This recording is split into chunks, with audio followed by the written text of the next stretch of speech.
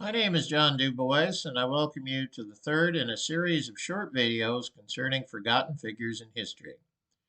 Today, we will continue our look at the classic game show What's My Line by focusing on panelist Arlene Francis. Arlene Francis was a remarkable woman. She was a true innovator, a stage and Broadway actress, and the last of the cast to pass away, living until the middle of 2003.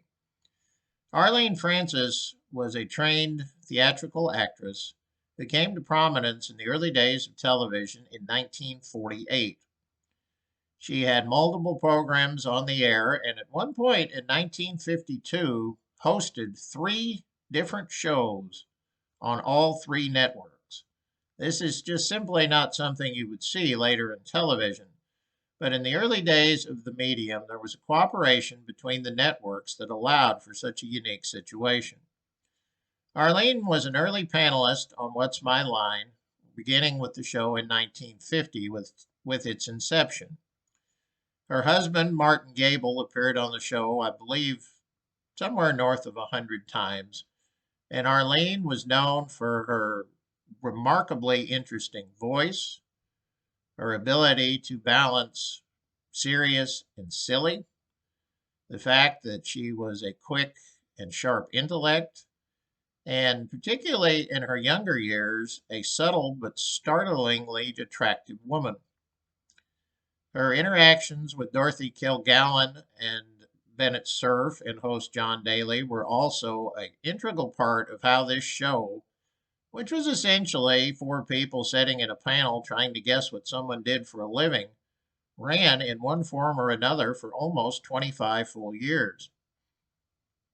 Arlene continued her career after What's My Line finally ended in 1975 by focusing on stage work and local television in New York.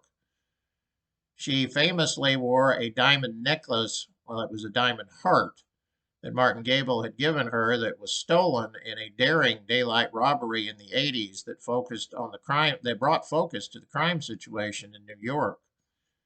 While her later years were tarnished somewhat by diminished memory issues, it is without question that Arlene Francis, who was a true innovator and early female voice on television, both as a host, as a panelist, and later as a lead actress, was a true contributor, a trailblazer, and someone who should be remembered for her contributions to entertainment.